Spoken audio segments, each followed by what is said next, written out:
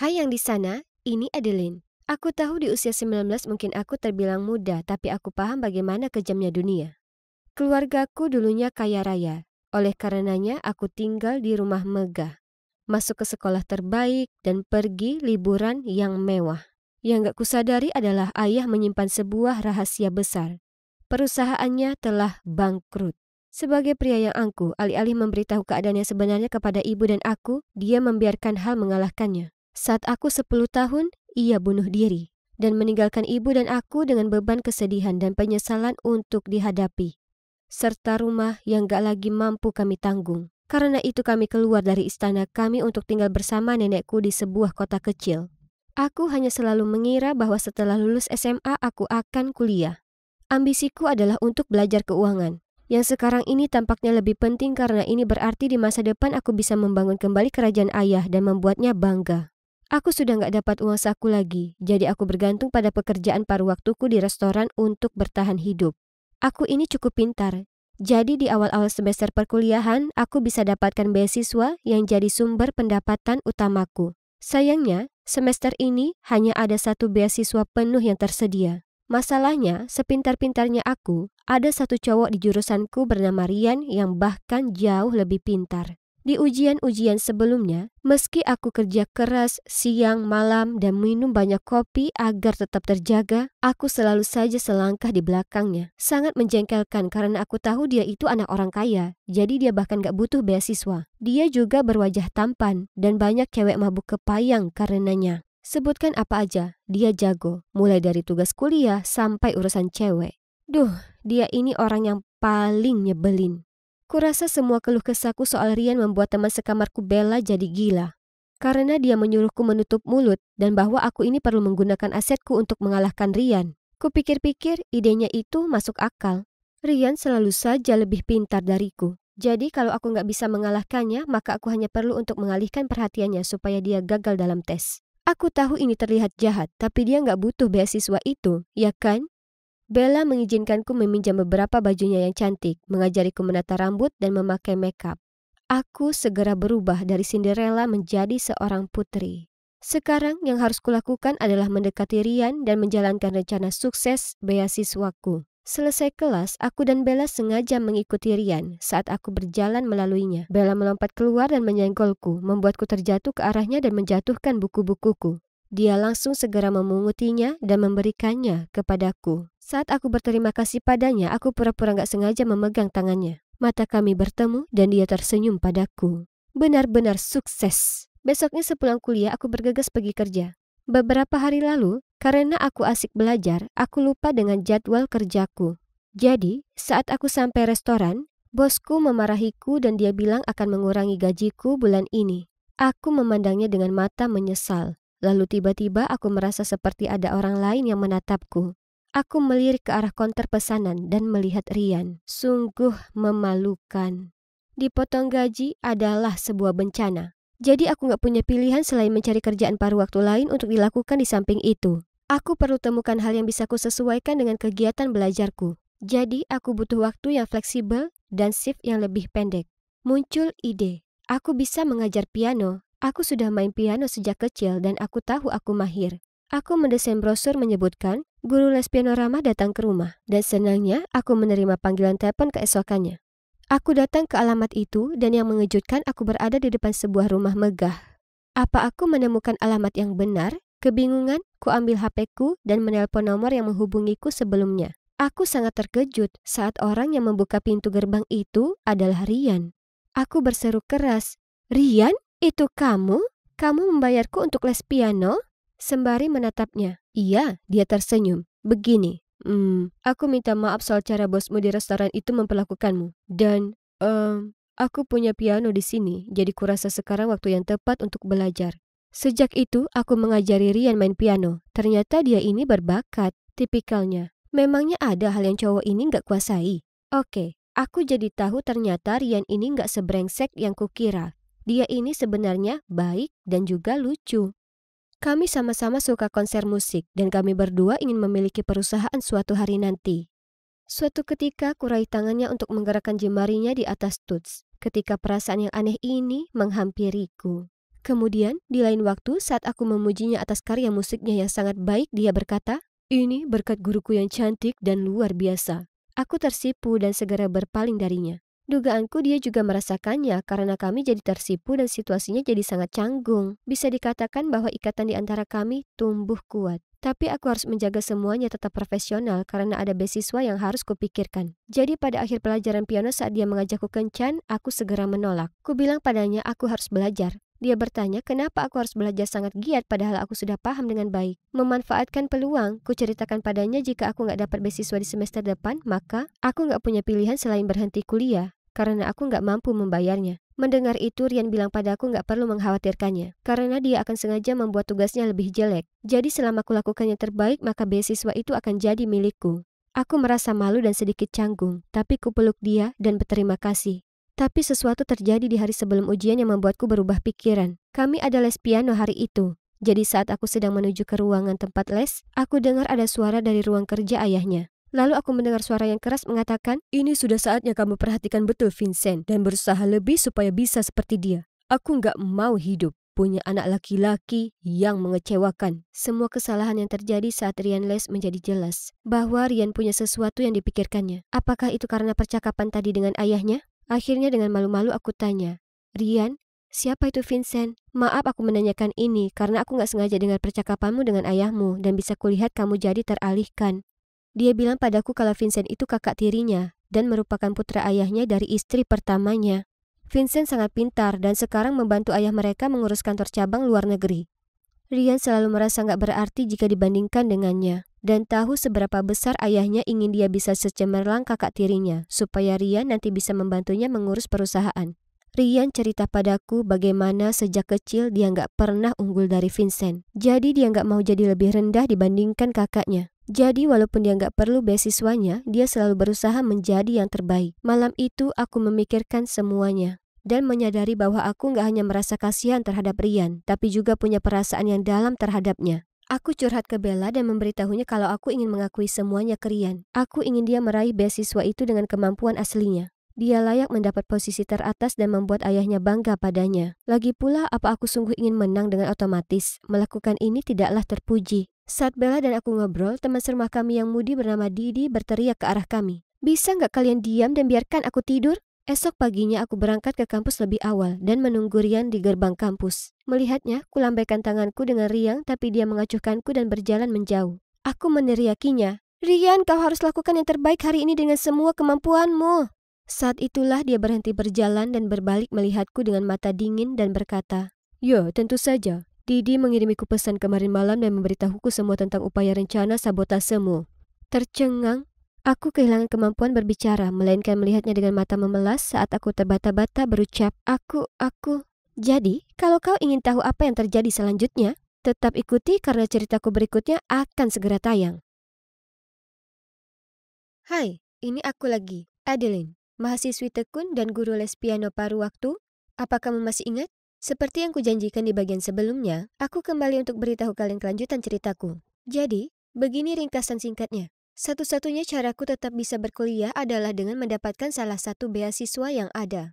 Masalahnya ada Rian, si cowok pintar yang menghalangi jalanku. Jadi, kugunakan pesonaku untuk yakinkan dia agar mengacaukan ujiannya supaya aku dapat jatah beasiswa. Ya, aku tahu, aku ini payah banget.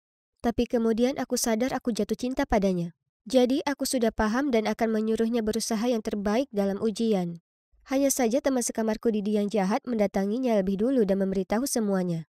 Aku harus duduk di sepanjang ujianku menyadari Rian membenciku. Segera setelah aku selesai, aku kemasi barang-barangku untuk pulang karena aku yakin aku nggak akan menang beasiswa sekarang. Lagi pula, aku nggak mau dekat-dekat Didi atau harus khawatir ketemu Rian. Saat kuseret koperku menyeberangi halaman kampus, kurasakan diriku ini penuh rasa sesal, kesedihan, dan aku merindukan Rian. Tiba-tiba aku merasakan sebuah pelukan dari belakang. Ada wangi yang familiar dan hangat, suara berbisik di telingaku. "Aku minta maaf, aku salah paham terhadapmu." Aku berurai air mata. Aku berbalik dan mendekapnya. Ternyata, tepat setelah ujian selesai, Bella, teman satu asramaku yang luar biasa, menemui Rian dan menjelaskan semua padanya. Aku merasa sangat beruntung punya teman baik hati sepertinya. Aku mengundang Rian datang mengunjungi kampung halamanku. Ibuku senang sekali melihatku mengajak cowok ke rumah. Dan walaupun kukatakan pada ibu kami hanya berteman saja, aku tahu ia nggak percaya itu. Karena rasa di antara kami begitu terlihat jelas. Ibu terlihat sangat puas dan bahkan berbisik di telingaku. Pilihan yang bagus, Eddie. Malam itu ibu memasak stik dan kentang Dauphinois sebagai suguhan untukku dan Rian. Kami ngobrol riang dan ibu menaruh minat tulus pada Rian dan keluarganya. Dia menanyakan padanya pertanyaan biasa seperti kamu jurusan apa, tinggal di mana, orang tuamu kerja apa. Tapi saat Rian menyebutkan nama ayahnya, ibu menjatuhkan garpunya. Ibu bertanya lebih rinci dan kemudian wajahnya jadi pucat. Aku bertanya padanya apa ibu baik-baik saja dan ia beralasan agak lelah. Jadi ia menyuruh kami untuk melanjutkan makan lalu pergi ke kamarnya. Malam itu, setelah kutata tempat tidur di kamar tamu untuk Rian, aku menuju kamar ibu untuk bertanya apakah beliau sudah merasa baikan. Aku melihatnya duduk di sana memandang keluar jendela dan menangis. Aku memanggil, "Ibu, ada masalah apa, Bu?" Dia memandang lurus ke arahku, lalu berkata pelan, "Maaf, tapi kamu nggak bisa bersama Rian." Ini nggak masuk akal bagiku, karena sebelumnya dia bilang ia menyukai Rian. Jadi kutanyakan padanya, "Kenapa begitu, Bu?" Ibu sangat mendukungnya tadi. Kemudian ibu menggenggam tanganku saat memberitahuku kebenaran yang mengejutkan. Ayah Rian adalah pria yang membuat perusahaan ayahku bangkrut dan mengakibatkan ayah mengakhiri hidupnya sendiri. Ini nggak mungkin. Nggak mungkin seperti itu. Melihat air mata bercucuran di pipi ibuku, aku paham bahwa meskipun ini menyayat hati, tapi ini benar adanya. Rian bukan hanya cowok tampan yang kusuka, tapi dia juga anak putra dari musuh keluarga kami. Malam itu aku nggak bisa tidur. Bagaimana bisa semuanya bisa sangat kebetulan? Cinta kami sedang bersemi dan sekarang berada dalam situasi yang nggak jauh berbeda dengan Romeo dan Juliet. Aku tahu memang bukan salah Rian kalau ayahnya adalah pebisnis yang nggak punya hati. Tapi di waktu yang sama, bagaimana mungkin aku terus menemui cowok yang aku tahu adalah putra dari pria yang menyebabkan ayahku mengakhiri hidupnya? Apalagi nggak mungkin juga orang tuanya bakal menerimaku kalau mereka tahu identitasku sebenarnya. Aku nggak tahu gimana cara beritahu Rian kebenarannya. Maksudku, nggak mungkin muncul begitu saja dan langsung memberitahunya kalau ayahnya pada dasarnya adalah seorang pembunuh. Aku nggak mau menyakiti Rian seperti itu. Keesokan paginya, Rian buru-buru pergi, sebab ayahnya menelponnya dan memberitahu ada kondisi darurat. Dia memberiku ciuman perpisahan dan aku merasakan hatiku terluka. Itu bukan saja ciuman pertama kami, tapi aku tahu itu pasti yang terakhir.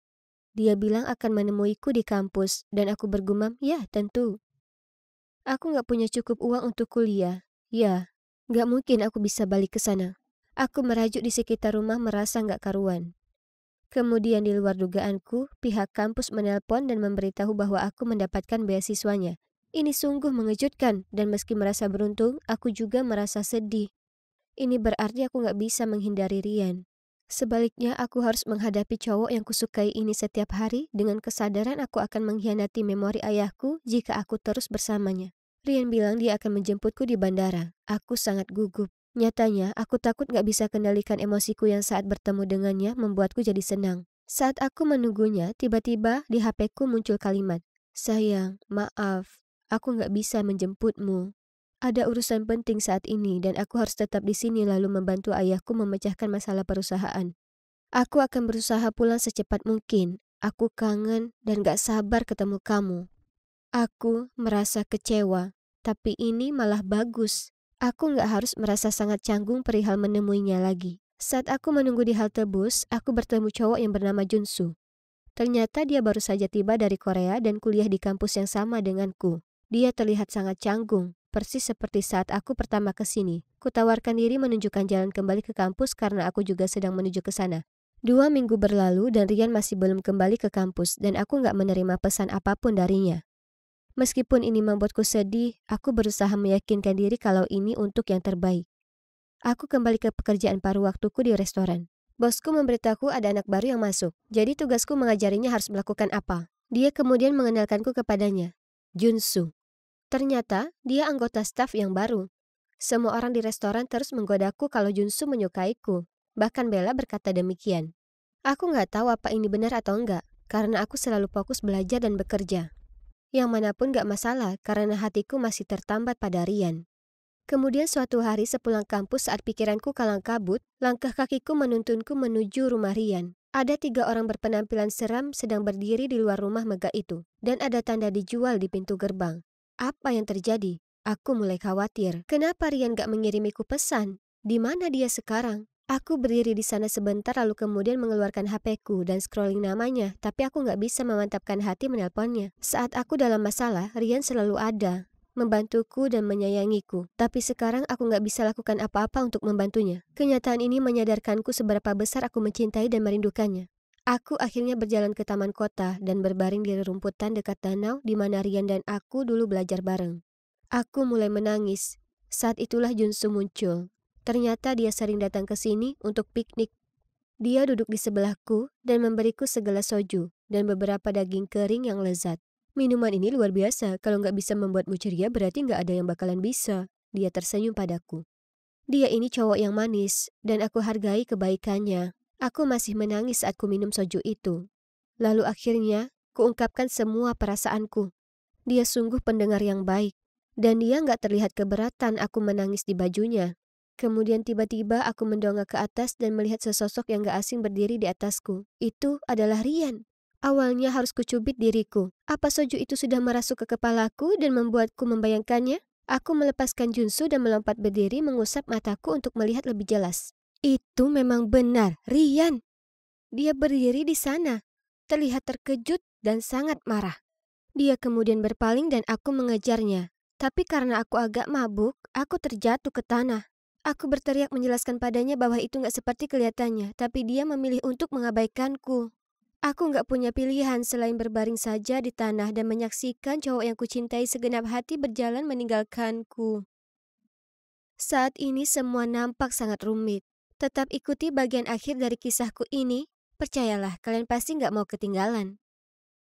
Hai guys, Adeline balik lagi di sini. Aku akan ceritakan ke kalian gimana akhir ceritaku. Berikut pengingat singkat untukmu. Aku mencintai Rian, tapi bisa dibilang ini rumit. Aku tahu kalau ayahnya ikut andil dalam bangkrutnya ayahku yang menyebabkan ia bunuh diri. Aku nggak bisa bahas ini dengan Rian karena dia menghilang. Cuma muncul lagi saat aku memeluk temanku si Junsu di taman. Yang mana kulakukan hanya karena aku kesal karenanya. Bagaimanapun Rian jadi salah paham lalu segera pergi. Keesokan paginya, aku terbangun dengan sakit kepala terparah yang pernah ada dan terasa mengerikan. Aku berusaha mengirim pesan dan menelpon Rian, tapi dia nggak jawab ataupun balas. Dan dia tampaknya telah menghilang dari sosial media.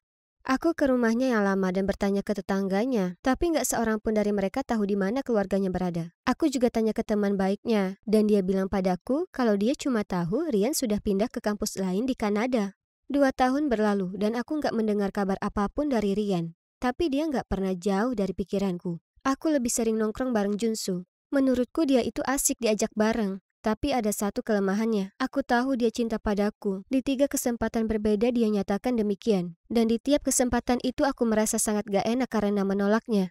Aku percaya Junsu adalah orang yang baik. Tapi kemudian sesuatu terjadi yang merusak pertemanan kami selamanya. Suatu malam Junsu dan aku pergi ke bar di kota. Kami berdua agak mabuk dan dia terus mengutarakan bagaimana dia sangat mencintaiku. Aku gak mau menyakiti hatinya, jadi dengan sopan ku katakan aku peduli padanya tapi hanya sebatas teman. Junsu memaksa menemaniku jalan pulang. Saat kami sampai, aku merasa lelah dan hanya ingin masuk ke dalam lalu tidur. Jadi aku berterima kasih padanya, masuk ke dalam saat dia mencengkram lenganku dan menarikku ke belakang. Kusuruh dia melepaskanku, tapi dia membentakku. Kenapa bukan aku?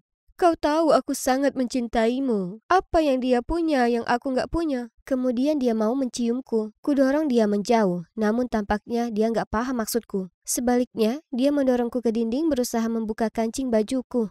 Aku teriak, tidak, aku tidak mencintaimu dan gak akan pernah. Lalu kudorong dia. Aku lari masuk dengan cepat mengunci pintu. Malam itu, Junsu terus berdiri di luar asrama, menunggu hingga dini hari untuk menemuiku. Tapi aku bersikeras gak akan menemuinya. Sejak itu, Junsu berusaha meminta maaf padaku. Tapi aku sudah gak merasa nyaman di dekatnya lagi. Kami masih bekerja bersama, jadi aku bersikap sopan. Tapi kami udah gak lagi nongkrong bareng. Kemudian suatu petang, aku kerja. Bosku memberitahuku kalau Junsu sudah keluar. Aku gak pernah lagi bertemu dengannya setelah itu. Setelah insiden dengan Rian dan Junsu, aku sudah gak mampu lagi menghadapi drama. Kucurahkan semua fokusku untuk studiku. Kerja kerasku berbuah manis karena ku selesaikan kuliah 4 tahun dengan gelar sarjana terbaik. dan menerima tawaran kerja sebagai asisten direktur di sebuah perusahaan manufaktur baja terkemuka. Aku mengabdikan diri sepenuhnya untuk bekerja. Setelah setengah tahun posisiku semakin kuat dan bosku mempercayaiku. Karena itu, dalam kebanyakan rapat pentingnya, dia selalu mengizinkanku menemaninya. Perusahaan kami berencana untuk membangun pabrik manufaktur lain, dan kami berusaha mencari kontraktor konstruksi. Jadi aku pergi dengan bosku menemui para kontraktor potensial di sebuah restoran mewah. Aku hampir pingsan saat para bos perusahaan datang. Ternyata itu Rian dan ayahnya. Rian sangat terkejut sampai nggak bisa berkata-kata. Melihat itu bosku bertanya, apa kalian saling mengenal? Ayah Rian tampaknya nggak mengenaliku karena itu sudah bertahun-tahun lalu. Dan aku nggak terlalu banyak berinteraksi dengannya. Sebelum aku merespon, Rian berkata, aku nggak mengenalnya. Meskipun komentarnya menyakitkan, aku orang yang profesional. Jadi dengan cepat aku menenangkan diri dan kami saling sapa seolah kami baru pertama kali bertemu. Dia sudah sangat berubah. Sekarang, dia sosok pengusaha yang gagah. Aku penasaran apa dia punya pacar seperti model untuk hidupnya yang gemerlap. Aku merasa sulit bersikap wajar di dekatnya. Aku terus terbata-bata dalam berucap dan telapak tanganku berkeringat. Parahnya lagi, dia tampak sama sekali nggak terpengaruh. Di jamuan makan malam, kami diskusi pekerjaan kami. Sementara ayah Rian tampak putus asa ingin berkolaborasi, bosku nggak menunjukkan banyak ketertarikan pada mereka. Aku tahu ini karena kami juga punya kontraktor lain yang memberi penawaran yang lebih rendah. Sebelum meninggalkan tempat, aku ke toilet. Dan sebelum kubuka pintu, aku dengar ada suara yang berasal dari lorong. Ternyata Rian dan ayahnya sedang berbicara satu sama lain. Kalau kita nggak dapat kontrak ini, tamatlah kita. Aku tahu ayah, aku akan berusaha keras memenangkan kontrak ini, kata Rian dengan tegas. Baiklah, jadi sepertinya hidupnya nggak selalu sempurna selama ini. Di saat itu, pikiran untuk membantunya muncul dalam benakku. Tapi kemudian aku berpikir lagi, ayah Rian sudah menghancurkan perusahaan ayahku sampai ke titik kebangkrutan. Berkat dirinya, aku nggak lagi miliki ayah di sini. Jadi kalau perusahaan mereka dalam masalah, sekarang itu setimpal, kan? Malam itu aku berusaha keras memproses semua ini dalam pikiranku. Akhirnya, kuputuskan untuk mengesampingkan kebencian itu dan cari cara membantu mereka. Aku benci atas apa yang ayah Rian lakukan pada keluargaku. Tapi aku bukan sepertinya. Aku ini orang baik dan aku tahu Rian juga begitu. Aku mencintainya dan ingin membantunya. Aku begadang beberapa malam dan mengumpulkan semua data untuk membantu membuktikan potensi perusahaan Rian. Aku juga mengumpulkan bukti bagaimana di pekerjaan sebelumnya, kontraktor yang lain telah mengurangi bahan baku mereka dan mengakibatkan turunnya kualitas konstruksi proyek mereka. Aku selesaikan keseluruhan set dokumen tepat sebelum bosku merencanakan pertemuan dengan kontraktor yang lain. Untungnya, setelah mendengarkan presentasiku, bosku berubah pikiran dan memutuskan untuk memilih perusahaan Rian untuk menjalankan proyek itu. Pada saat kami tanda tangan kontrak, Rian masih dingin terhadapku. Dia nggak akan pernah tahu kalau aku membantunya mendapatkan proyek ini. Tapi nggak masalah, aku hanya perlu berdamai supaya aku akhirnya dapat melupakan semua rasa sakit di belakangku dan melanjutkan hidup. Suatu hari saat aku pulang kerja dan terlalu malas menyetir, aku naik bis yang dulu biasanya Rian dan aku naiki bersama. Segera saat aku naik bus itu, aku terkesiap. Di baris paling belakang di mana kami dulu selalu duduk bersama, Rian berada di sana tertidur dengan earphone terpasang. Kukumpulkan keberanian untuk duduk di sampingnya. Dia bangun dan menatapku. Gak perlu dijelaskan, dia tampak terkejut. Ini sudah saatnya aku ceritakan padanya semuanya. Jadi ku minta dia untuk berjalan bersamaku di taman. Dia menganggukkan kepalanya dan kami berjalan ke sana dalam hening. Ku ceritakan Rian kebenarannya. Dari bagaimana aku tahu bahwa transaksi bisnis ayahnya yang kejam membuat bangkrut ayahku dan mengakibatkannya mengakhiri hidup. Kemudian aku ceritakan padanya soal Junsu dan bagaimana saat dia melihat kami bersama, Junsu hanya menenangkanku karena aku begitu kesal melihat rumahnya dijual. Setelah mendengar semuanya, Rian memelukku. Kami terus seperti itu, berpelukan dan menangis lama. Gak satu pun dari kami ingin melepaskan. Ternyata dalam 2 tahun terakhir, perusahaan keluarga Rian mengalami masa yang berat dan berada di ambang kebangkrutan. Jadi ayahnya menjual rumah, lalu kemudian keluarganya pindah ke Kanada untuk menyelamatkan perusahaan di cabang terakhir yang dikelola kakaknya. Mereka berencana untuk menetap di sana juga, tapi Rian ingin kembali ke US karena dia masih mencintaiku. Hari saat dia kembali dan melihatku dengan Junsu, dan beranggapan aku gak pernah mencintainya jika aku bisa move on dengan mudah. Karena marah, dia memblokirku dari kehidupannya dan langsung pindah ke Kanada. Dia selesaikan kuliah di sana dan membantu mengelola perusahaan bersama ayah dan kakaknya. Baru-baru ini perusahaannya menemui hambatan lagi, yang sekarang dapat mereka lalui berkat kontrak tersebut. Mendapatkan kontrak itu rasanya seperti keajaiban, katanya. Tapi keajaiban terbesar adalah bersatu kembali denganmu. Setelah itu kami putuskan bahwa kami gak mau masa lalu orang tua kami mempengaruhi kebahagiaan kami. Kami saling mencintai dan keluarga kami harus mencari cara untuk menerima hal ini. Dengan dukungan Rian, aku berani datang ke rumahnya untuk makan malam dan bertemu dengan ayahnya. Setelah berbincang sebentar, aku menyebutkan nama ayahku, yang membuat ayah Rian tampak terkejut. Ternyata kematian ayahku bukanlah karenanya. Sebaliknya, ada pihak ketiga yang mencampuri bisnis di antara mereka, dan dialah yang menyebabkan ayahku meninggal karena keputusasaan. Aku menangis lega. Setelah sekian lama aku mengira pria yang kucintai punya ayah monster. Mengetahui ternyata nggak demikian adanya sungguh melegakan. Ayah Rian berjanji untuk menebusnya dan menawariku pekerjaan yang luar biasa di perusahaannya. Walaupun tersanjung, pekerjaanku yang sekarang ini berjalan lancar. Dan mungkin di posisiku ini aku bisa membantu mereka lebih banyak di proyek yang akan datang. Dan untukku dan Rian, sekarang nggak ada lagi penghalang yang memisahkan cinta kami. Kami akhirnya bisa bersama, dan nggak mungkin aku akan kehilangannya lagi.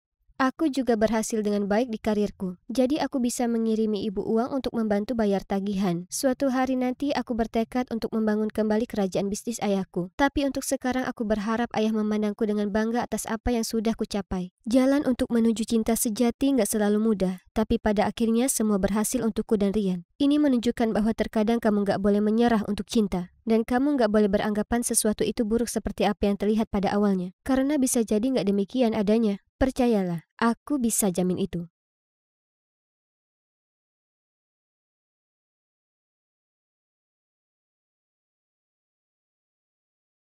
Oke sayang, bilang ah.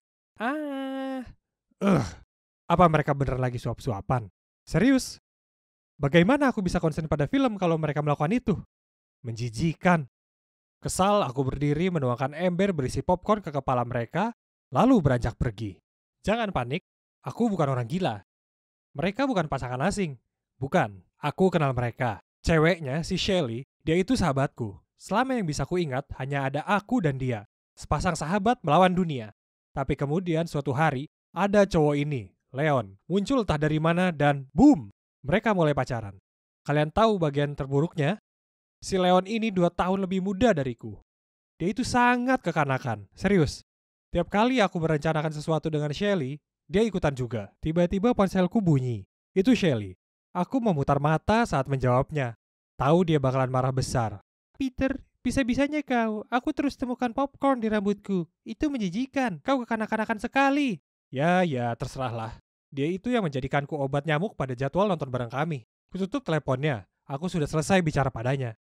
Itulah saat kulihat artikel berita muncul di ponselku. Ada peringatan cuaca tentang badai magnetik aneh. Disarankan semua orang tetap berada di rumah dan mematikan semua perangkat teknologinya. Ya, itu tak masalah untukku. Lagi pula aku tak ingin pergi lagi. Jadi aku pulang dan langsung tidur. Keesokan paginya aku bangun dan, kenapa ayah duduk di ujung ranjangku? Ku gosok mataku dan bertanya padanya, ada apa? Dia tampak melamun tapi kemudian meletakkan tangannya di pundakku dan berkata, tak apa nak, jika kamu merasa ingin curhat, aku ada di sini untukmu. Aku paham. Kemudian beliau meninggalkan kamarku. Hah? Apa maksud semua itu? Aku turun untuk sarapan, saat itulah kudengar nenek berkata, akan kubuktikan pada kalian kalau dia bukan. Kemudian kudengar ayah berkata, ibu, itu bukanlah masalah besar. Lagi pula, meskipun itu benar, dia masih tetap Peter kita. Tapi saat aku jalan ke dapur, mereka semua terdiam dan melongo menatapku. Aku berkata, hey semua, ngomongin apa? Kemudian ibu menjawab sambil memberikan padaku sepiring pancake. Bukan apa-apa nak.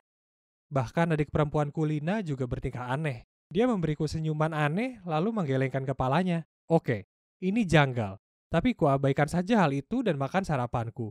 Setelahnya, ibu memintaku untuk membantunya di taman bebatuan. Ya, tentu. Maksudku, toh aku tak ada hal lain yang lebih menarik untuk dilakukan. Sekarang, biar ku beritahu pada kalian. Bebatuan itu sangat lebih berat daripada kelihatannya. Saat aku susah payah mengangkat sebuah batu, aku terengah-engah mengatakan pada ibuku, ibu mau ini diletakkan di mana? Ini sangat berat. Apa bisa ibu memanggil ayah untuk membantu? Menggelengkan kepalanya, ibu berkata, tidak. Kau bisa melakukannya, kau bukan anak laki-laki lemah. Kemudian ibu lanjut mengarahkanku untuk membawa tumpukan bebatuan ke seluruh taman. Aku lanjut sampai akhirnya lenganku lembek seperti jelly dan tak sanggup lagi. Kukatakan pada ibu, aku perlu istirahat dan mulai menuju ke dalam rumah. Ibu berteriak memanggilku. Tidak, kau bisa melakukan ini sendiri. Kau ini anak laki-laki yang kuat. Aku tak paham, kenapa ibu tak bisa lihat kalau aku kelelahan.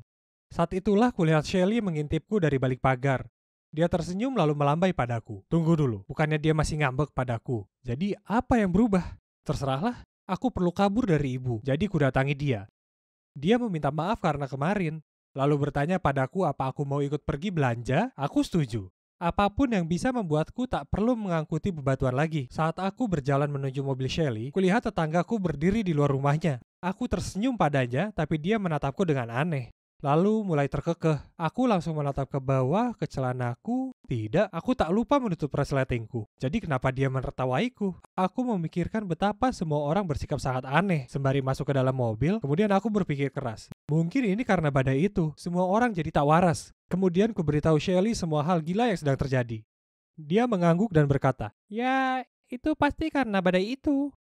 Ya kan? Itu masuk akal, karena aku sudah membaca tentang badai magnetik dan bagaimana itu bisa mempengaruhi suasana hati orang dan lainnya. Di mall, kami masuk ke sebuah toko dan aku membantunya memilih beberapa pakaian untuk dicoba. Ku ambil sebuah gaun ungu dan kukatakan padanya warnanya indah saat tiba-tiba nenek muncul entah dari mana dan berkata, "Tidak, kau tak suka itu. Ikut aku. Akan kubelikan kalian beberapa baju baru." Kemudian sebelum aku bisa mencerna apa yang sedang terjadi, nenek menarikku keluar dari toko itu. Aku sangat bingung. "Nenek, kenapa ada di sini? Apa nenek membuntutiku?" Beliau tersenyum padaku dan menjawab, "Peter, sayang, jangan menyalahkan aku karena menginginkan yang terbaik untukmu." Hah? Ini aneh sekali. Tapi baiklah, aku akan dapat baju baru. Jadi aku tak perlu mempertanyakan soal ini lebih lanjut. Kami akhirnya berada di sebuah toko antik dan rasanya seolah aku masuk ke lingkaran waktu. Semua barang di sana dari tahun 80-an atau bahkan lebih tua lagi. Nenek mulai mengambil barang-barang dari gantungan dan mengatakan sesuatu seperti, "Oh, aku suka yang ini. Dan kau akan terlihat tampan memakai ini." Ini bukan gayaku. Tapi nenek terlihat sangat gembira dan aku tak ingin menyakiti hatinya. Jadi ya, aku akhirnya mencoba pakaian-pakaian itu. Aku terlihat konyol. Nenek kelihatannya senang. Beliau terkesiap bertepuk tangan dan berseru, "Ya ampun, kau ini anak laki-laki yang sangat tampan." Sementara Shelly berusaha keras menahan untuk tidak tertawa. Setelah itu, kami semua pulang ke rumah. Dan ya, kupakai pakaian konyol itu. Semua orang menunjuk dan menertawaiku. Tapi nenek tampaknya tak sadar akan hal ini. Beliau hanya tersenyum dan berkata, "Semua cewek-cewek akan naksir padamu sekarang." Yang benar aja, aku ragu soal itu. Kemudian aku berada di kamarku mengurusi urusanku sendiri. Saat ponselku berbunyi, "Hei, aku kuliah di kampus yang sama denganmu. Kulihat kamu kemarin dan aku suka gayamu. Apa kamu mau nongkrong bareng kapan-kapan? Lily X." Hah? Apa ini ide lelucon seseorang? Aku tak kenal nomor ini. Tidak juga cewek bernama Lily ini. Ada apa ini?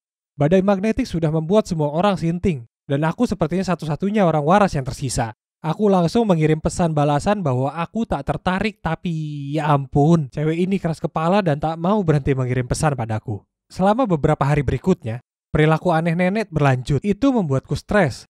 Beliau terus menatap aneh ke arahku dan menggumamkan sesuatu ke ibu tentangku. Tapi kemudian suatu kali, beliau sungguhan mengikutiku saat aku menuju sebuah toko dan bertanya padaku, kenapa aku tak pakai pakaian yang sudah dibelikannya untukku. Saat kukatakan padanya, pakaian itu sedang dicuci. Nenek kelihatannya kecewa, menggelengkan kepalanya dan bergumam sesuatu soal bagaimana aku takkan temukan gadis muda yang baik dengan pakaian yang berantakan ini. Ku coba mengirim pesan ke Shelly soal ini, tapi kalian bisa tebak, dia terlalu sibuk dengan Leon untuk bicara denganku. Jadi, dalam kesendirianku, aku berpaling ke Lily. Dia sangat baik dan mengatakan bahwa nenek mungkin sedang mengalami krisis lanjut usia. Karena hal yang sama terjadi pada neneknya, dan sebaiknya kami bertemu di taman dan diskusikan ini. Aku setuju menemuinya, dan saat aku menunggunya, muncul cowok dengan wajah artis yang berjalan mendekat. Awalnya kukira dia akan bertanya arah jalan padaku, atau apa, tapi kemudian dia berkata dengan suara menggoda, "Hei, kau tepat waktu." Kemudian sebelum aku bisa berkata apapun, dia melanjutkannya, "Ini aku, Lily." Apa yang terjadi? Ini gila, kutanya padanya. "Oke, jadi lelucon apa yang kau mainkan?" Dia tampak bingung, kemudian menggelengkan kepalanya dan berkata, "Aku hanya ingin nongkrong denganmu." Lalu dia mendekat dan bersandar di bahuku. Kudorong dia menjauh dan mundur. "Oh, tidak, aku bukan gay." Dia merengut padaku kemudian bertirak, "Apa? Kamu memang gay. Semua orang tahu itu."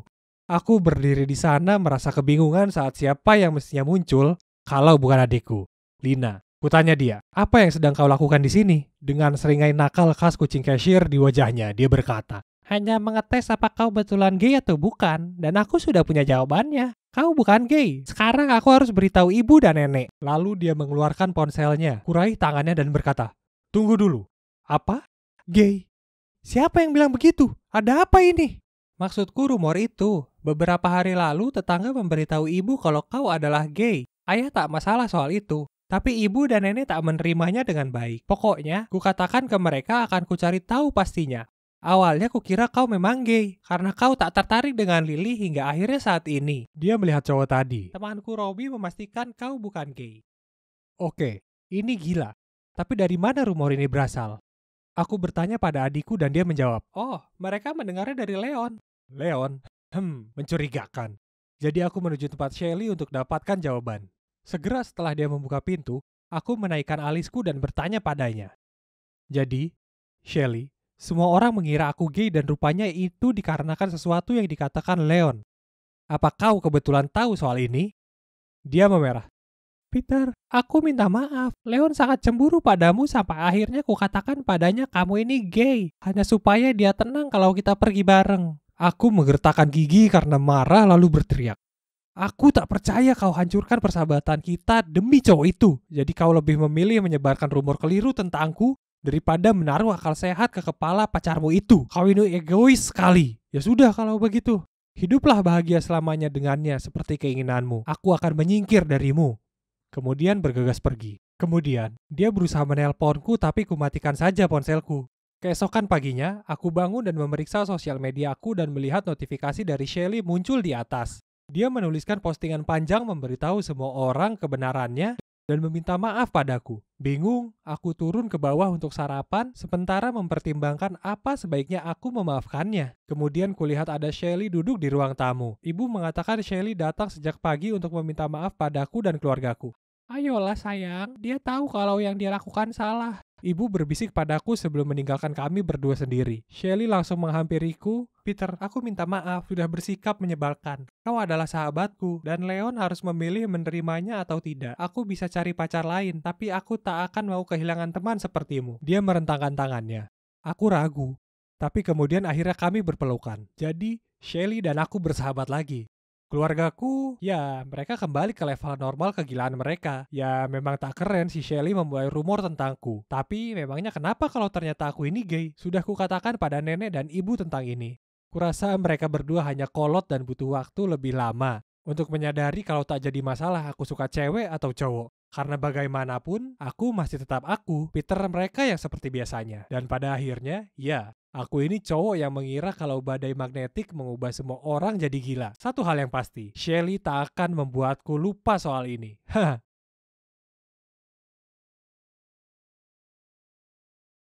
Jadi datanya harus dikumpulkan paling lambat hari Jumat agar kita bisa... Aku menundukkan kepalaku dan memasukkan pretzel ke dalam mulutku.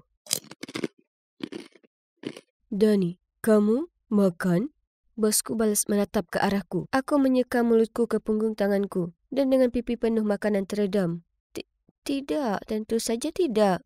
Ternyata di tengah rasa penasaranku untuk memakan pretzel yang enak, asin, dan renyah, saat rapat kerja, aku lupa mematikan mikrofon.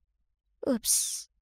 Hei, jadi aku Dani, dan aku jatuh cinta dengan makanan. Kalian tanya kenapa? Ya, makanan satu-satunya hal yang selalu ada untukku. Di saat senang dan sedih, makanan tidak pernah mengecewakanku. Yang diperlukan hanyalah hamburger dengan keju ekstra dan kue keju karamel asin dan aku jadi cewek yang paling bahagia. Wah, aku mengeluarkan air liur hanya dengan memikirkannya. Tapi kemudian kecintaanku pada makanan hampir membuatku kehilangan segalanya. Beginilah ceritanya. Jadi setelah insiden pretzel, bosku memecatku. Langsung, aku tahu. Hal ini membuatku tak punya pekerjaan dan akibatnya tak punya uang untuk membeli jajan yang enak. Sungguh menyedihkan. Suatu malam aku sedang bersantai di sofa, sambil menonton film dan melamun tentang makan triple coklat sundae. Lalu Jack, pacarku, duduk di sebelahku dengan semangkuk besar permen dan mulai bercerita tentang pesta ulang tahun rekan kerjanya. Permen. Aku mengambil segenggam dan mulai memasukkannya ke dalam mulutku. Terima kasih Jack. Dia tahu jalan menuju hatiku. Di sela-sela mengunyah aku tanya padanya, "Boleh kamu bawa pasanganmu? Aku mau ikut. Please." Dia mengangkat bahu dan berkata, "Tentu." Aku bertepuk tangan dengan kedua tanganku yang lengket. Pesta. Seru sekali karena pesta berarti akan ada makanan dan banyak jenisnya. Segera setelah kami tiba di sana, aku langsung menuju ke meja prasmanan. OMG, ini luar biasa.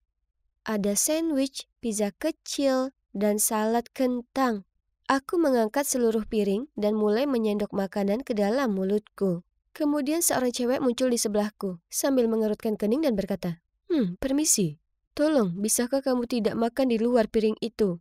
Dengan mulut penuh aku menjawab, oh, maaf, rasanya enak sekali. Lalu aku meletakkan kembali piring itu dan mengambil segenggam keripik kentang. Saat dia berjalan pergi, aku mendengar dia bergumam pelan. Rakus sekali. Akhirnya Jack meraih lenganku dan membawaku keluar dari sana. Dia merajuk dan hampir tak bisa menatap mataku, jadi aku bertanya padanya ada apa. Ada apa? Dia mendengus. Apa kamu perlu bertanya? Kamu duduk-duduk sepanjang hari sambil memakan segala sesuatu yang ada di lemari. Lalu saat aku mengajakmu ke pesta teman kerjaku, yang kamu lakukan cuma makan. Itu sangat memalukan. Ini membuatku kesal. Kurasa mungkin aku bisa lebih mengendalikan diri saat makan makanan pesta. Dan aku kira aku perlu cari kerja. Selain itu, punya uang berarti aku dapat membeli jajanan yang lebih enak. Dan aku tidak perlu terus-terusan mengkonsumsi makanan Jack. Jadi aku bekerja part-time di bioskop lokal, di counter popcorn. Bau popcorn yang manis dan mentega itu, aku sangat menyukainya. Aku tidak dapat menahannya. Benda itu ada di sana menatapku dengan segala kelengketan emasnya yang hangat.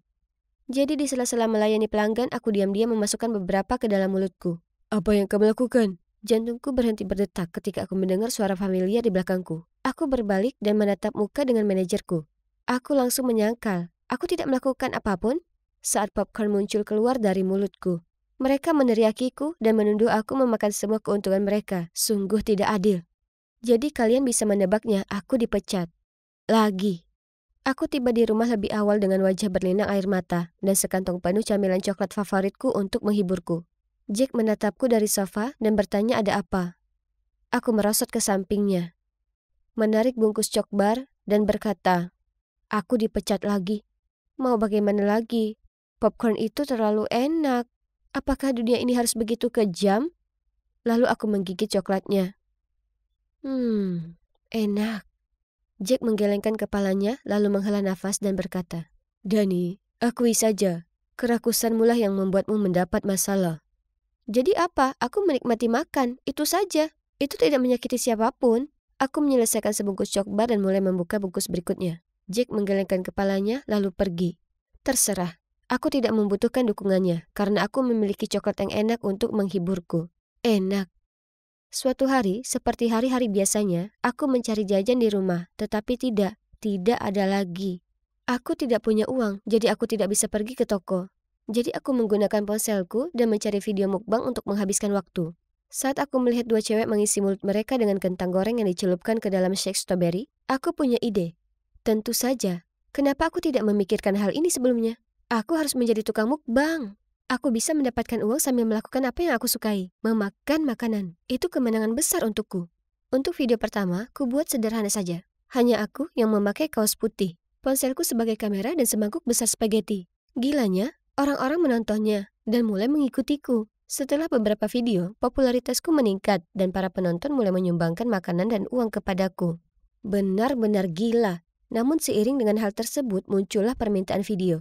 Seperti makan 3 bak ayam goreng dan 10 piring nasi goreng yang dilumuri mayo. Makan semua makanan ini memang agak menantang. Suatu kali saat aku sedang bervideo makan hamburger, perutku mendapat jahitan dan harus berhenti. Seharusnya aku tidak makan pancake untuk sarapan lebih awal. Fansku kecewa karena aku hentikan tantangan dan aku merasa sangat tidak enak. Aku pikir jika aku ingin melakukan ini sebagai pekerjaanku, maka aku harus mulai berpuasa terlebih dahulu, sehingga aku bisa tampil sebaik mungkin untuk video tersebut. Wah, ini kerja keras. Suatu kali aku sangat lapar. Aku pergi ke lemari es dan mengendus keju. Namun ketika aku menyelesaikan sebuah tantangan, aku merasa sangat kenyang dan kembung sampai jadi mirip ikan buntal. Lalu ada rasa lelah. Aku sangat lelah. Aku tertidur pulas di bus menuju supermarket dan berakhir di kota aneh bermil-mil jauhnya. Aku harus menelpon Jack untuk datang menjemputku dan dia mengomel tentang hal itu sepanjang perjalanan pulang. Terlepas dari hal ini, aku terus melanjutkan video tersebut. Namun suatu hari seorang fans menantangku untuk melakukan tantangan besar, tantangan mie api. Jika kalian belum tahu apa ini, pada dasarnya ini adalah semangkuk besar mie paling pedas yang pernah ada. Aku menyesap mie-nya dan OMG, aku tidak bisa merasakan lidahku atau wajahku. Hidungku meler dan aku harus menjulurkan lidah untuk memastikan apakah lidahku masih ada. Ini terlalu berlebihan. Tidak mungkin aku bisa menahan hal ini lagi. Jadi aku mengganti mangkuk dengan mie yang tidak pedas dan berpura-pura sedang makan yang pedas. Setelah itu aku mengedit videonya dan hey, menurutku aku berhasil memasukkannya dengan baik. Meskipun aku hanya makan satu suapan makanan pedas, hal itu terus membuatku menderita. Perutku keroncongan dan lidahku masih terasa kebas. Aku berbaring di sofa dengan botol air panas menempel di perutku dan mengasihani diriku sendiri. Jack duduk di sebelahku dan menatapku dengan prihatin. Dani, kamu harus menghentikan video ini dan mencari pekerjaan nyata. Dengan lidahku yang bengkak, aku berhasil berkata, makan di video adalah pekerjaan nyata. Jack menggelengkan kepalanya. Kerakusan bukanlah hobi. Semua orang menertawakanmu. Hello. Aku dibayar untuk makan dan video-video ini membantu banyak orang yang kesepian di luar sana untuk ditemani saat makan. Mereka tertawa bersamaku, bukan menertawaiku. Astaga, Jack kadang-kadang sangat menyebalkan. Saat tantangan mie pedas dan tantangan makan serangga yang aneh, aku menggunakan cacing jeli yang dilapisi coklat dan bukan yang asli. Berpura-pura menjadi hal yang biasa bagiku. Tidak lama setelahnya artikel-artikel mulai beredar mengatakan aku tukang makan palsu. Postingan seperti, dia selalu berpura-pura dan pantas saja dia masih sehat, muncul di mana-mana. Setelah itu aku tidak punya pilihan selain makan secara live streaming. Banyak fansku yang mendorong hal ini, tapi ini adalah kerja keras. Tidak butuh waktu lama hingga berat badanku bertambah, dan dalam sebulan aku sudah menambah 2 ukuran baju, dan aku merasa sangat lemas. Suatu pagi ketika Jack melihatku mencari sesuatu di lemari pakaianku, apa saja untuk dipakai yang cocok untukku, dia menyarankan agar kami pergi jogging. Aku menetap jeans favoritku yang sekarang tidak bisa melewati pahaku dan setuju untuk pergi jogging. Aku sudah sampai di ujung blok dan wah, panas sekali dan aku tidak bisa bernafas. Aku sedang berjongkok sambil memegangi pagar untuk menopang ketika seorang wanita hamil lewat. Kamu sungguh inspirasi, berlari di usiamu dan setelah melahirkan. Bahkan tanpa yang satu ini, dia memegangi perutnya. Aku tak akan mampu mengatasinya. Apa? Apa dia mengira aku baru saja punya bayi dan aku sudah tua? Oh, bagus. Dan sekarang Jack pun tertawa terbahak-bahak. Aku merasa sedih. Apa aku benar-benar terlihat seburuk itu? Hal ini masih melekat dalam pikiranku. Jadi aku belanja online dan memesan beberapa pil penurun berat badan. Aku mulai meminumnya dan dalam seminggu aku mengalami jerawat parah, bau mulut, perut kembung, dan aku merasa seperti siput. Lalu suatu kali aku berada di dapur meminum pil ketika Jack masuk. Melihat apa yang aku lakukan, mengambilnya dari tanganku dan berkata, Dani, lihat dirimu. Kamu berantakan. Kamu harus menghentikan pilnya dan menghentikan videonya. Aku lebih marah daripada tawon yang diganggu, jadi aku merampas pil-pil itu darinya dan menendangnya keluar ruangan. Lalu aku berteriak, kamu tidak mengerti, tinggalkan aku sendiri. Jack tidak banyak bicara padaku setelah itu, dan aku melanjutkan aktivitas mukbangku. Tidak butuh waktu lama aku mencapai 100.000 subscriber. Untuk merayakannya aku live streaming. Dengan meja penuh dengan makanan favoritku, ayam goreng, pizza, donat, dan seterusnya. Aku sedang menjejali wajahku ketika aku merasa panas dan lengket dan ruangan mulai berputar. Aku berkata, aku merasa tidak enak badan. Lalu aku pingsan di tengah live streaming. Aku terbangun beberapa jam kemudian di rumah sakit dengan infus di lenganku. Dan seorang dokter berwajah serius menatapku. Mereka memberitahuku kolesterolku tinggi. Dan jika terus seperti ini, aku akan menderita diabetes dan pendarahan perut. Ya, begitulah.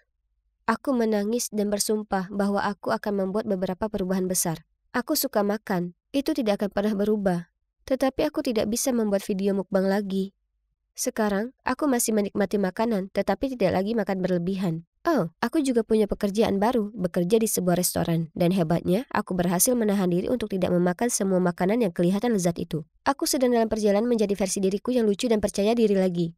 Dan mulai sekarang, jika aku senang, sedih, atau apapun, aku akan membicarakannya dengan Jack, alih-alih beralih ke makanan. Aku akan selalu menyukai makanan, tetapi aku rasa pada akhirnya aku menyadari bahwa aku mencintai kesehatanku. Dan juga Jack. Shh, jangan katakan itu padanya, itu akan membuatnya marah.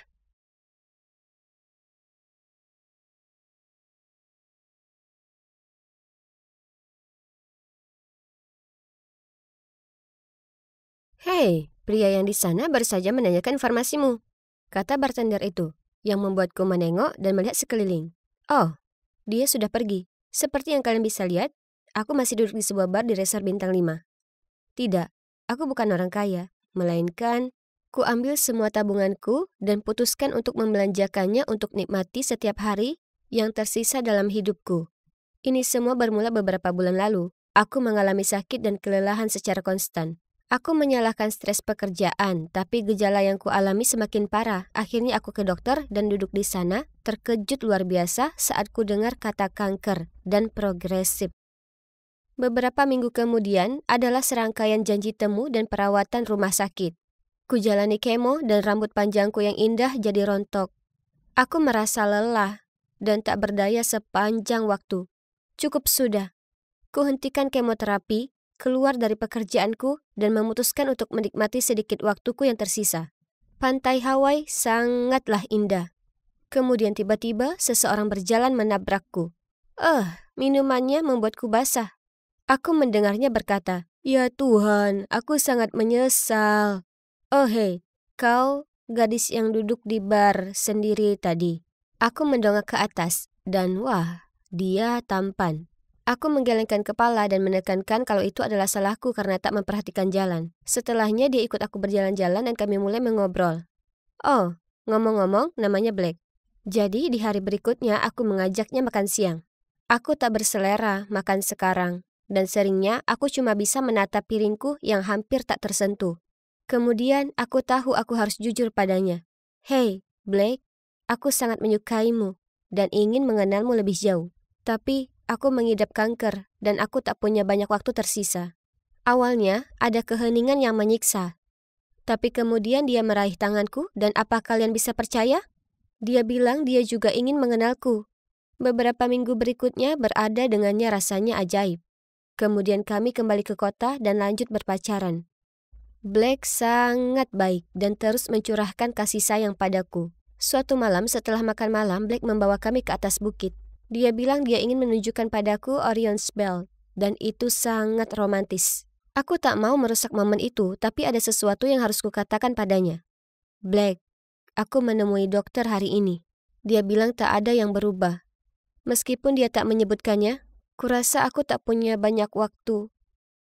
Air mata membasahi wajahku. "Aku mengalami waktu terbaik bersamamu. Kurasa aku benar-benar mencintaimu." Tiba-tiba, Black berlutut dengan satu kaki dan bertanya padaku, "Sayangku Lucy, maukah kau menikah denganku? Paling tidak ini yang bisa kulakukan untukmu." Aku tak dapat berkata-kata. Jadi aku mengangguk dan kemudian mendekapnya erat di pelukanku. Aku terlalu senang sampai tak bisa menahan diri untuk membagi cerita cinta kami di sosial media. Tak lama, ribuan orang menyukai dan membagikannya, mengatakan kami adalah pasangan inspirasional. Ini sungguh gila, tapi luar biasa. Dukungan mereka membuatku merasa aku bisa kalahkan kankerku, dunia, dan semuanya. Aku mulai memperhatikan Black mendapat banyak perhatian dari gadis-gadis lain. Mereka tahu dia adalah laki-laki yang melamar gadis sekarat itu, jadi mereka tampak berkerumun dan mengaguminya. Kemudian suatu hari saat kami ada di toko gaun pengantin bersama, aku keluar dari ruangan ganti mengenakan gaun indah, merasa bagai seorang putri. Tapi kemudian kulihat Black ngobrol dengan seorang gadis. Dia menyentuh bahu Black dan aku mendengarnya berkata, "Tunanganmu sangat beruntung memilikimu." Lalu gadis itu maju mendekatinya. "Blake," aku memanggilnya. "Sayang, bagaimana penampilanku?" Dia berpaling dari gadis itu dan menatapku. "Ya, indah sekali." Dengan canggung dia tersenyum. Tak bisa tidak aku merasakan tak karuan. Aku tahu dia pria yang menarik, tapi dia akan menikah denganku. Tak menyenangkan sama sekali mendapatinya menggoda orang lain saat aku mengepas baju. Tetap saja, aku berusaha mengesampingkannya, karena aku ingin menikmati sedikit waktu yang kupunya. Pernikahan itu bagai mimpi yang jadi nyata, sungguh hari yang penuh keajaiban. Tepat sebelum bulan madu, aku pergi menemui dokter, yang membuatku sangat terkejut. Dia memberitahuku, "Saya dengan senang menginformasikan pada Anda bahwa Anda dalam masa pemulihan." Ya Tuhanku, aku tak percaya dengan apa yang kudengar. Apa aku membaik? Aku bergegas pulang dan memberitahu Black berita baik ini, hanya saja reaksinya tak seperti yang kubayangkan. Wajahnya langsung berubah, dan pada awalnya dia tak bisa berkata-kata. Kemudian dia terbata-bata. Selamat, sayang. Apa maksudnya? Terlepas dari hal ini, bulan madu kami sungguh luar biasa. Nafsu makanku kembali dan kumanfaatkan sebaik-baiknya. Makanan terasa begitu enak. Ini tak luput dari perhatian Black dan dia mengomel. Bisakah kau coba mengunyah lebih perlahan? Terserah, aku bermaksud menikmati makananku. Saat kami kembali pulang, aku pindah ke apartemennya. Demi Tuhan, piring kotor dan kaos kaki bau berserakan di mana-mana. Bagaimana bisa orang yang sedetil itu soal penampilan mereka tinggal di kondisi seperti ini? Ku bilang ke diri sendiri itu tak masalah, aku mencintainya, jadi aku bisa belajar mencintai kekacauannya. Merasa hidup sungguh menyenangkan. Jadi ku akui mungkin aku berlebihan makan cemilan, kue, dan masakan, dan berat badanku naik beberapa kilo. Jadi tugas-tugas rumah tangga jadi terasa berat bagiku. Lagi pula kenapa harus aku yang lakukan? Ini kan kekacauannya. Tapi pernah sekali saat aku muak dengan celana dalam baunya yang berserakan, aku bertanya padanya, bagaimana bisa pria yang terlihat sepertimu hidup di sarang tikus seperti ini? Cepat bersihkan. Tapi dia mengabaikanku dan langsung tidur. Dan tak lama kemudian dengkurannya yang sekeras guntur itu mengikuti. Apa-apaan ini? Di mana pria menarik dan menawan yang kunikahi? Karena muak, aku berusaha sebisanya membersihkan tempat itu sedikit. Aku kehabisan nafas dan sangat berkeringat. Kepalaku sangat gatal jadi kulepaskan wigku untuk menggaruk kulit kepalaku. Di saat itu ku dengar Black menjerit.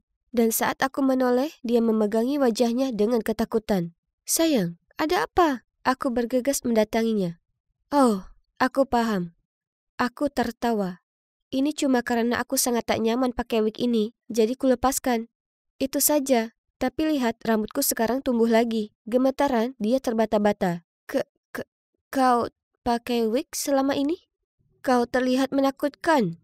Ya, memang. Kurasa rambut yang tumbuh tak merata membuatku kelihatan cukup menakutkan.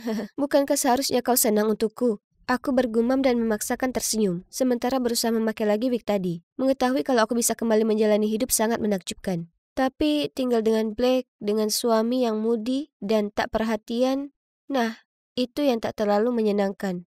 Suatu malam dia pulang dari tempat kerja dengan suasana hati buruk dan mulai memakiku karena tak beres-beres. Ku bilang itu tak harus aku karena bukan aku yang bikin kotor.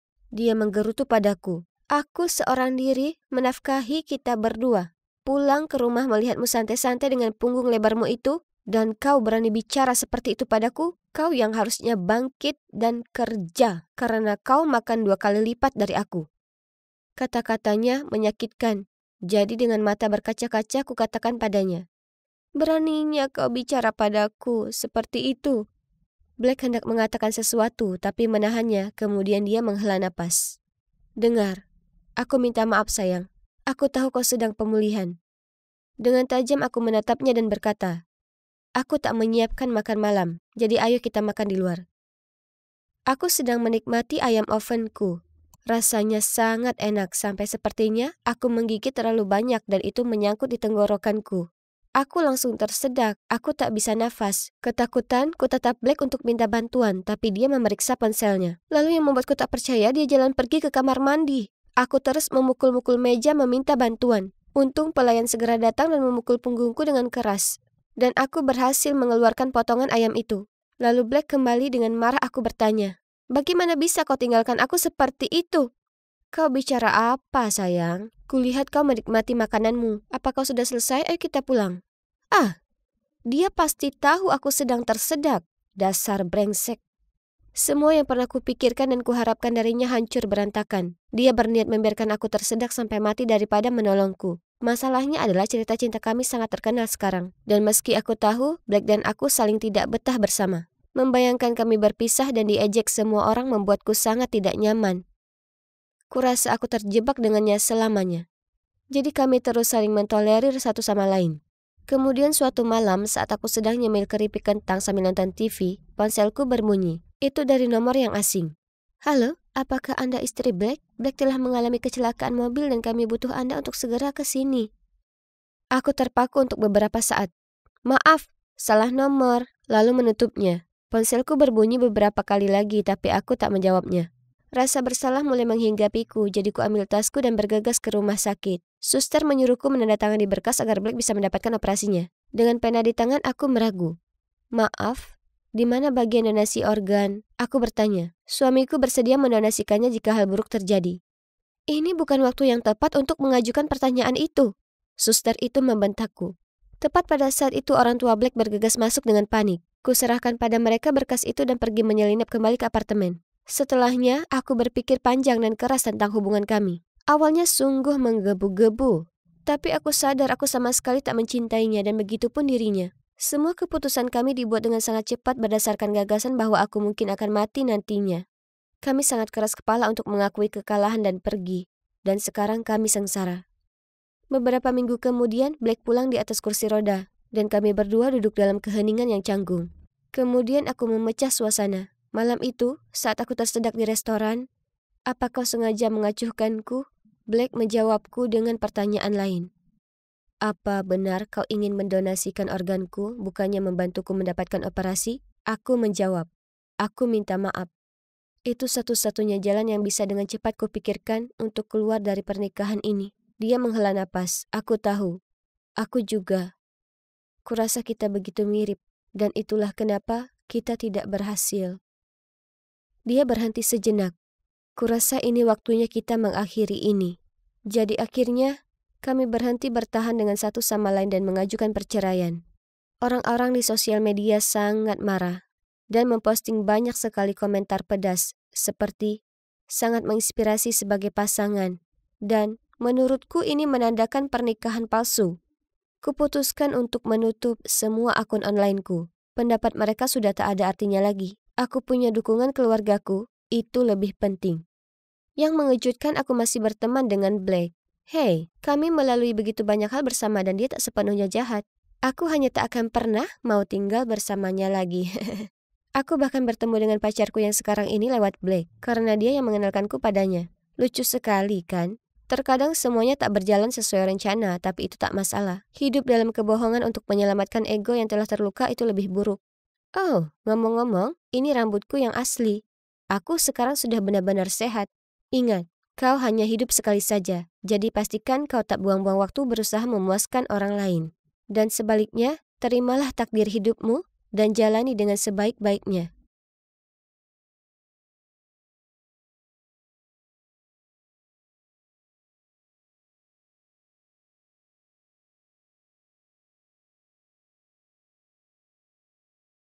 Aku sedang duduk di sofa nonton film dengan ibu dan ayahku. Ketika tiba-tiba, pintu terbanting dan kami semua menoleh untuk memeriksa apa yang terjadi. Ya, itu kakak perempuanku, Taylor, yang masuk. Dia merebahkan diri di sofa dan menaruh kakinya di atas meja. Kemudian, saat dia melihat-lihat ponselnya, dia melihat ke arah kami dan bersungut. Kenapa kalian semua melongo melihatku seperti aku ini hewan di kebun binatang? Apa aku tak diterima di sini? Kebingungan, ibuku langsung menjawab, "Tidak, sayang. Kami semua senang kamu sudah pulang." Kemudian ibu menoleh padaku. Sayang, pergi ambilkan kakakmu minum." Aku lompat berdiri dan lakukan yang ibu minta. Aku tahu apa yang kalian pikirkan. Kenapa semua orang membiarkan Taylor begitu saja dengan kebiasaan anak muda kurang ajarnya? Kalian tahu, setelah pertengkaran hebat dengan ibu, dia pergi dari rumah saat berusia 18 dan tak pulang selama 7 tahun lamanya. Ibu terlihat begitu lega dia kembali. Jadi kuputuskan untuk mengabaikan kelakuan Taylor dan mengikutinya saja. Sore itu, ibu memintaku pergi ke toko bahan makanan dengannya. Jadi kami bisa belikan Taylor makanan favoritnya sebagai ucapan selamat datang kembali. Lalu kami menghabiskan waktu lama sekali menyiapkan hidangan lezat ini. Dengan bersemangat, aku segera menuju kamar Taylor dan mengetuk pintunya. "Taylor, makan malam sudah siap." Dia berteriak balik, Pergi! "Tapi ini hamburger, dan kita punya pencuci mulut spesial," jawabku. Aku benci hamburger. Dan tak mungkin aku makan pencuci mulut yang syarat gula. Aku turun ke bawah dan memberitahu ibuku dia tak datang. Ibu mengangkat bahu dan mencoba bersikap seolah itu tak masalah, tapi bisa kulihat kesedihan di matanya. Ayah berusaha meyakinkannya dengan berkata, Dia mungkin hanya butuh waktu menyesuaikan diri. "Ya, dia mungkin hanya lelah," aku menambahkan. Ibu memaksakan senyuman dan berterima kasih pada kami berdua, lalu menyiapkan sepiring makanan dan memintaku membawakannya untuk Taylor. Ku ketuk pintu dan memberitahunya kalau makanannya ada di luar. Dia jawab berteriak kepadaku. Bawa pergi, aku tak menginginkannya. Ku tinggalkan itu di luar kamarnya. Tapi kemudian, saat ibu pergi ke atas untuk tidur, ia melihat piring makanan tak tersentuh itu masih di sana. Ibu mengambilnya untuk dibawa ke bawah dan membuatnya seolah itu bukan masalah besar. Ia tak bisa membodohiku. Aku bisa tahu kalau ibu menggigit permen karetnya untuk menahan tangis. Saat masih kecil, aku mengidolakan kakakku yang cantik dan penuh semangat. Aku suka sekali cara dia berpakaian tabrak warna, caranya yang keren dalam menata rambut, dan sifatnya yang riang. Masalahnya, sepertinya dia tak suka padaku. Yang dia lakukan hanya memanggilku anak manja, membanting pintu kamarnya di depan mukaku, dan menyuruhku menjauh darinya. 7 tahun sudah, dan kukira semuanya akan berubah. Dia bukan remaja lagi. Dia dewasa. Tapi tidak. Terlihat jelas kalau Taylor membenciku bahkan lebih dari sebelumnya. Aku tak tahu kenapa. Tidakkah dia melihatku sebagai adik yang ideal karena kami punya ayah yang berbeda? Kalian tahu, ayahku bukan ayahnya. Karena ayahnya pergi saat dia masih kecil. Kemudian ibu bertemu ayahku dan mengandungku. Aku tak tahu. Aku cuma belum mengerti kenapa dia sangat tak suka padaku. Minggu demi minggu berlalu, tapi Taylor sepertinya belum menyesuaikan diri sama sekali. Perilakunya makin memburuk. Dia menyetel musik keras-keras hingga dini hari. Dia mengotori rumah dengan pakaiannya, piring-piring, cangkir, dan lainnya.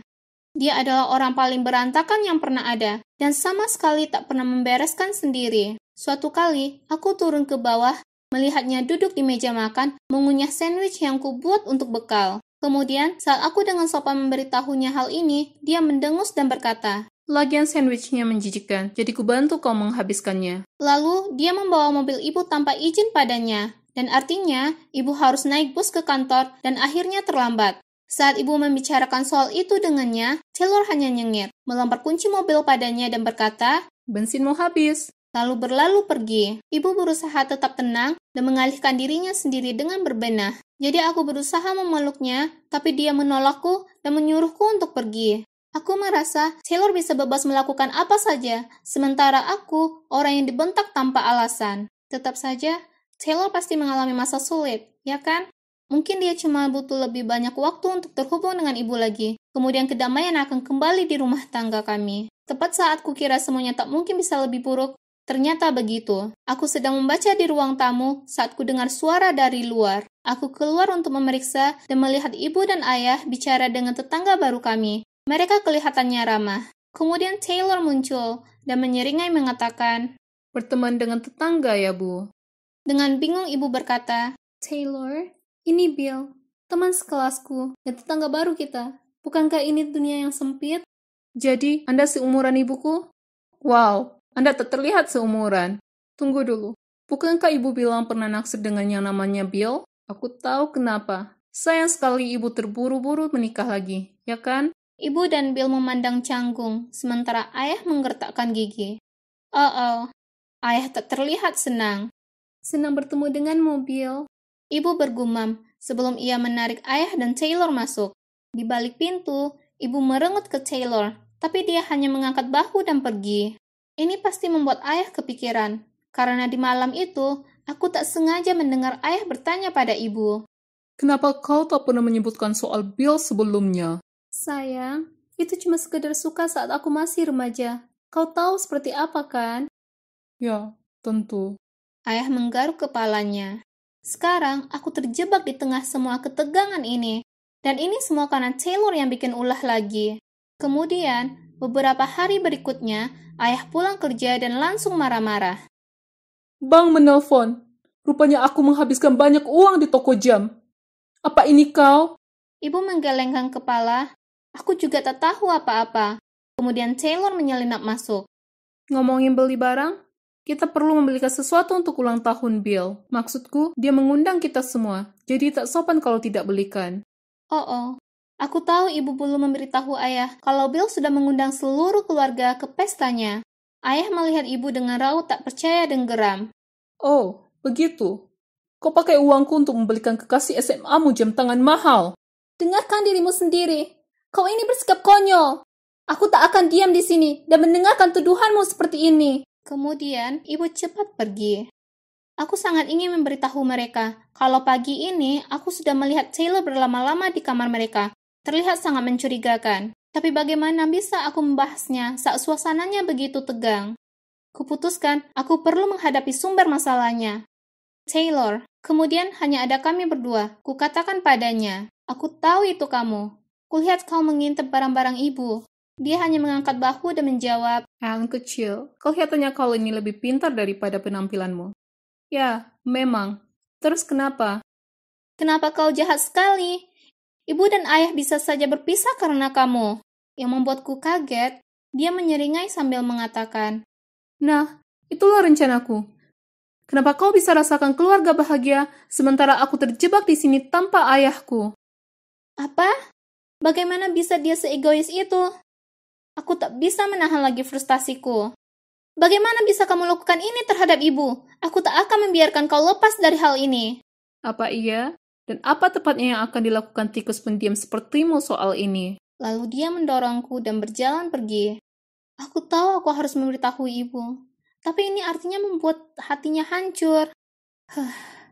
Aku akan melakukannya. Aku hanya perlu temukan cara yang lembut untuk memberitahu. Kalau putri tercintanya mendapat kesenangan dengan menghancurkan kehidupannya. Tapi kemudian, sebelum aku sempat cari jalan keluar, sesuatu yang mengerikan terjadi. Keesokan harinya, aku sampai rumah dari sekolah, mendapati ibu dan ayah di dapur.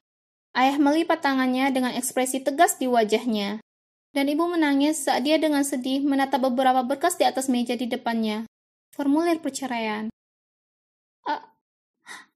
Apa yang terjadi? Kau harus percaya padaku. Aku tak selingkuh dari ayahmu. Kemudian ayah menyelanya. Berhentilah berbohong. Aku bisa melihatnya dengan mata kepalaku sendiri. Kemudian dia membanting setumpuk foto-foto di atas meja. Dalam foto itu, ibu sedang mencium Bill di sebuah kafe. Hah? Ini tak masuk akal. Aku tak paham. Aku tak menemui Bill kemarin.